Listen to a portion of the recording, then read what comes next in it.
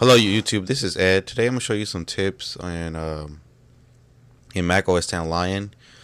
So let's start off with reverse scrolling. So what this is by default, reverse scrolling works just as in the iOS devices. So when you scroll, when you scroll up, it's actually going down, and when you scroll down, it's going up. In order to switch this off, let's go into System Preferences.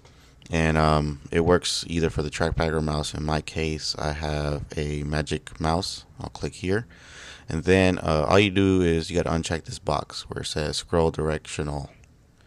And once you do that, it goes back to the normal way we scroll. So now when you scroll up, it goes up, and when you scroll down, it's going to go down. So that's how you change reversed scrolling. The other thing now, it's indicator lights for open apps in the dock. So when we look at our dock and we have these open apps, you'll see this little light indicator showing that those apps are open. If you want to take those off, we go back to System Preferences and we'll click on Dock, and you get a few options here. All you have to do is uncheck where it says Show Indicator Lights for Open Apps. And once you do that, now when you go down to your dock, all the indicator lights are switched off, and so now you wouldn't know what apps are open. But if you want to do that, you go ahead and do that. So the next one we have is apps to the sidebar in your Finder window. Click on Finder, and to the left you want to put apps there. All you got to do is go to your apps folder, and let's see here. I want to put, you can really put any app. It's for this example, I'll just put in calculator.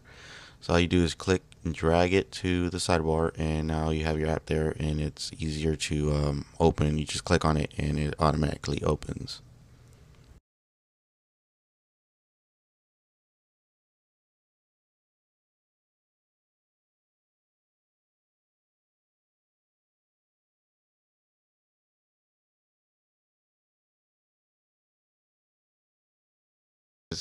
In the Spotlight Finder, you could preview the docs without opening them. So let's find some PDFs, and I typed in PDF, and now let's go down here, and all you do is have your mouse, over it, and now you could view that PDF without opening it in the Spotlight Finder.